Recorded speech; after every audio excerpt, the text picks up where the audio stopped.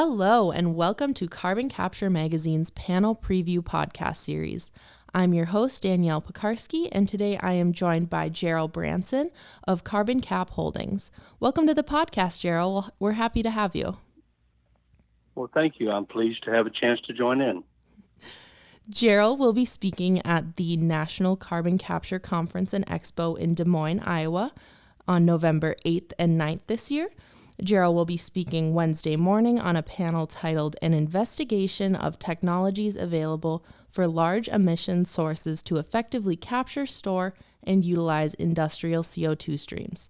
Jerrel also spoke at this year's Fuel Ethanol Workshop in the Carbon Capture and Storage Summit pre-conference. So we are excited to have him back to speak at another show of ours.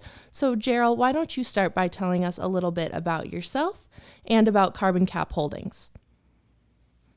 So I come out of the traditional oil and gas industry for quite a number of years and then began to work in the renewable energy area, particularly renewable motor fuels. And from that, began to work with the development of bio-based products for synthetic crude oil, synthetic or bio-based biomethanol. And then because of the renewable energy background, moved into the capture of carbon dioxide. Awesome. Yes. And at the show, you'll actually be speaking on the comparative study of carbon capture technologies. What are some of the primary technologies that you'll be covering in this presentation?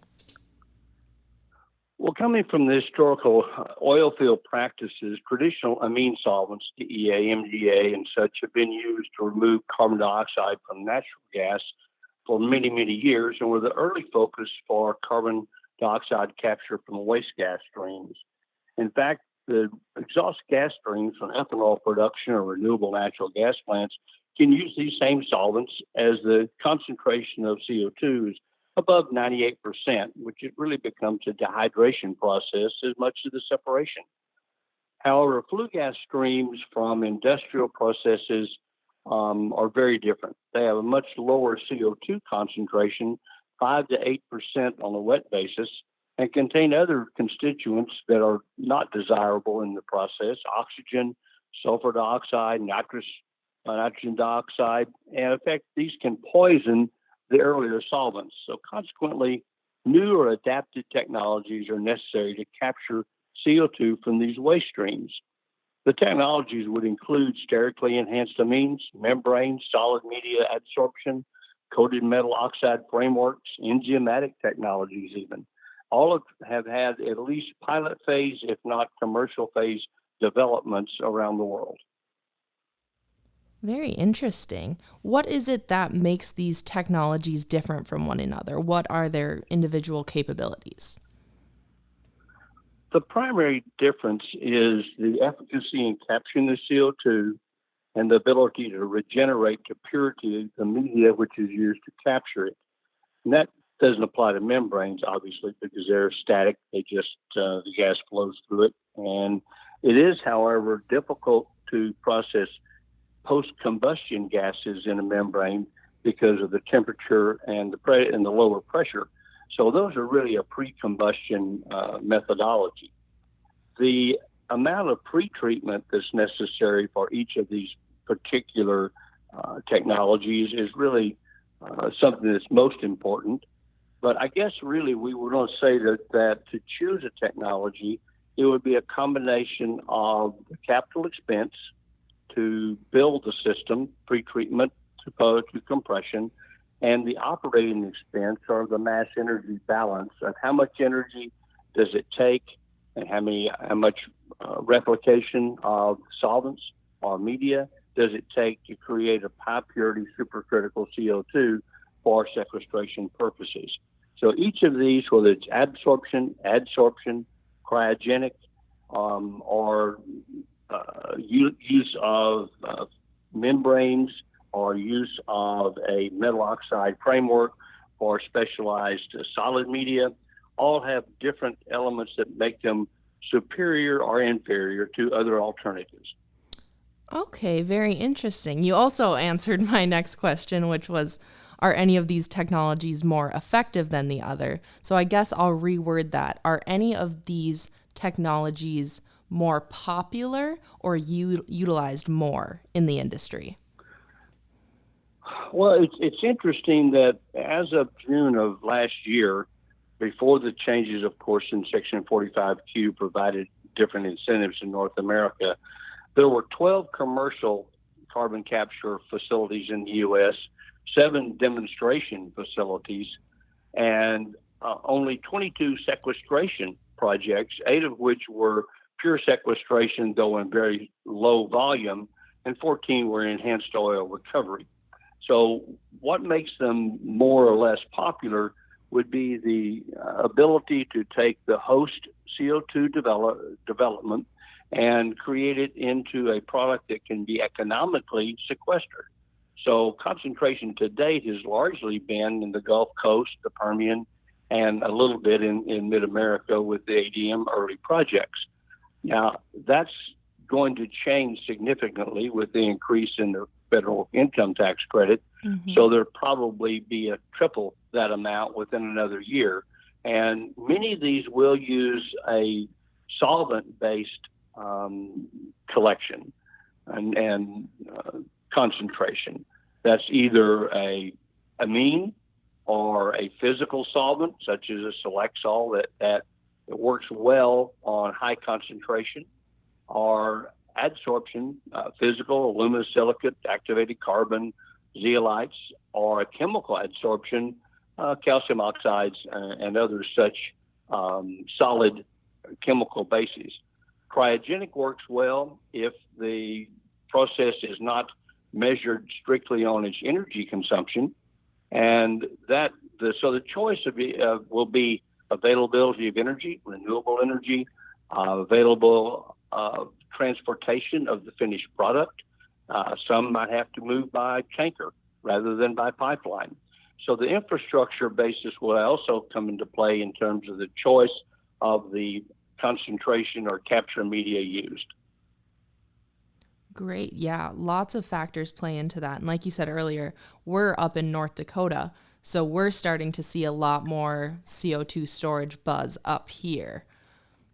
Well, no, and some of the accelerated projects like North Dakota, Wyoming, are because of the primacy of getting EPA approval for permanent sequestration, where other areas that have a lot of CO2 to be captured, primarily on EOR projects at this point, would be Texas and Louisiana, Mississippi, the Gulf Coast.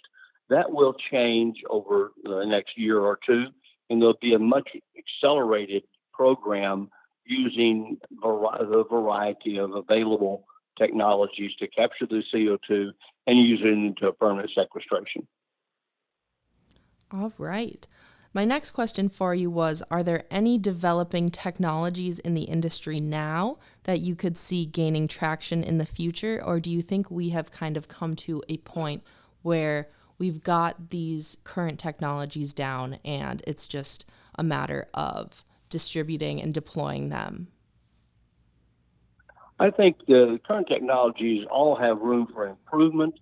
Amines, for instance, the solvents can be improved in terms of the amount of energy to regenerate them, the ability to capture lower concentrations. There's a particular technology that currently has a limit of raw material of a 12% concentration. That's actually quite high from an industrial flue gas standpoint. They're working to bring that down. There's an enzymatic process which has worked well in a pilot phase, and it is very, very inexpensive to operate, but has not been raised up to a full commercial program. Okay. There are technologies that are in various stages of review and are really research development. Electrodialysis, where the coagulation of the molecule is done by anodes. There's biological absorption, which is certainly popular with the groups that are looking to bring down the amount of energy required.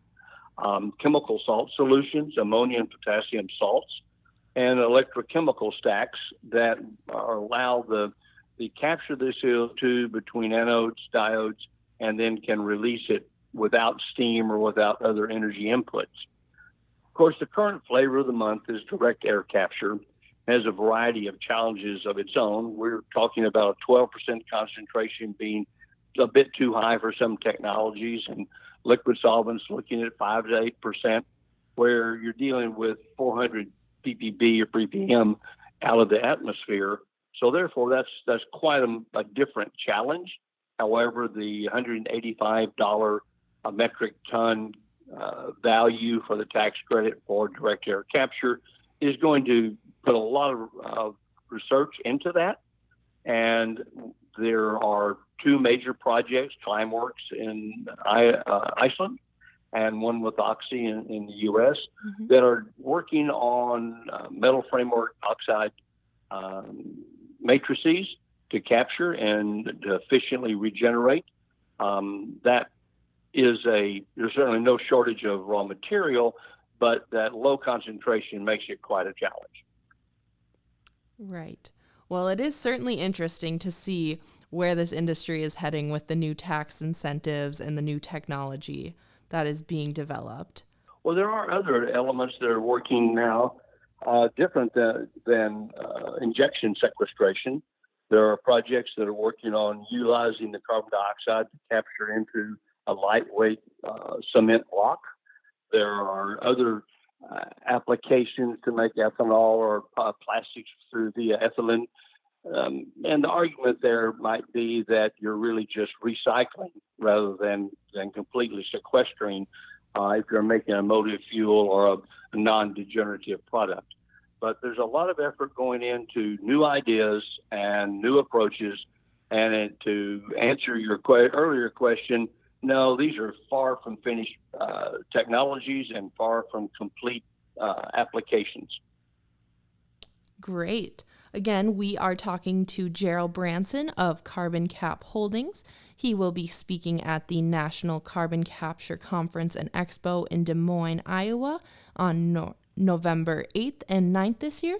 If you are interested in attending the show, check out the agenda and expo hall at 2022-nccc.bbiconferences.com.